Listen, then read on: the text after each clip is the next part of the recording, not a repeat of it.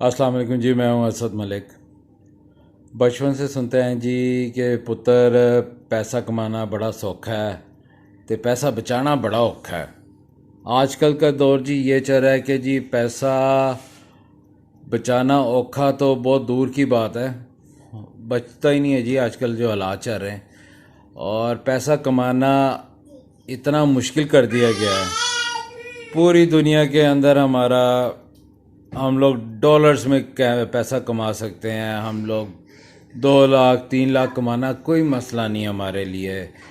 Through Amazon, through eBay, through other website where you just want to put pictures and you get views and you get money.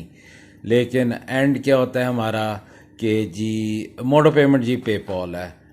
और पाकिस्तान की एक बदकिस्मती है कि हमने इस तरह के घटिया हुक्मरान मिले हैं, सियासतदान मिले हैं, जो माजी में मिले हैं और जो हाल में भी मिला था और जो इस वक्त भी हैं, कि पेपॉल को लीगलाइज कर ही नहीं रहे कि जी मनी लॉन्ड्रिंग में पेपॉल आता है।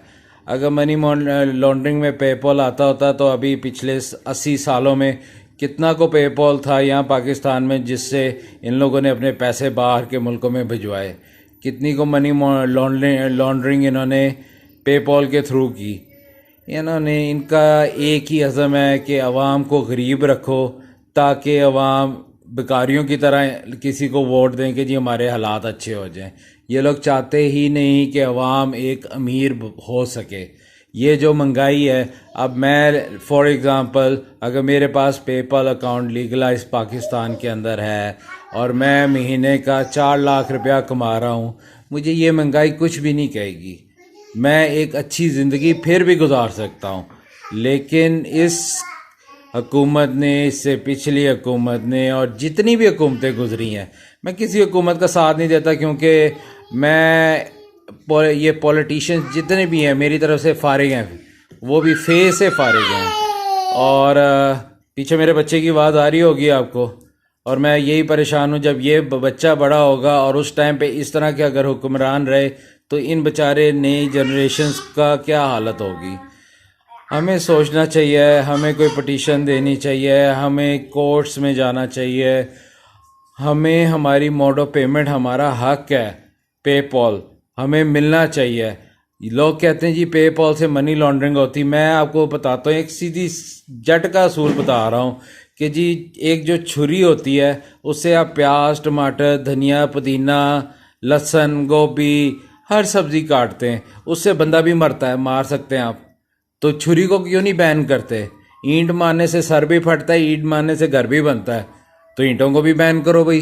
गाड़ियों के नीचे आने से बंदे मर जाते हैं, गाड़ियाँ चलती भी रहती हैं सड़कों पे, लोगों को मंजिलों तक पहुँचाती हैं, गाड़ियाँ बैन करो भाई, बंदा मर रहा है। तो ये इन्होंने हम लोगों को ना एक लाल बत्ती के पीछे लगाया हुआ है। इस लाल बत्ती से हमने खुद निकलना है। ये इस काबिल नहीं है, इनकी सोच ही यही है कि हम लोगों को गरीब रखें, हम लोग उस उम्मीद में रहें कि जी अगला आएगा तो हमें पैसे देगा। असल में दुनिया ने हमें भिखारी नहीं बनाया हुआ, इन सियासतदानों ने हमें भिखारी बनाया हुआ है। और ये इनको जब और कुछ नहीं मिलता तो हमारी पाक फौज के ख़िलाफ़ हम लोगों को खड़ा करने की कोशिश करते हैं और बहुत हद तक कामयाब होते हैं। क्यों? क्योंकि हम जैसे फारिग लोग, बेवकूफ़ लोग अपनी उस अजीम आर्मी के ख़िलाफ़ बात करने को रेडी रहते हैं जो कि दिन रात एक करके हमारे मुल्क की हिफाजत कर रही है। तो डूब मरने का मकाम है उन सियासतदानों के लिए, और डूब मरने का मकाम है हम जैसे उन लोगों के लिए जो एक नहायत ही बेहिस कौम है। शुक्रिया।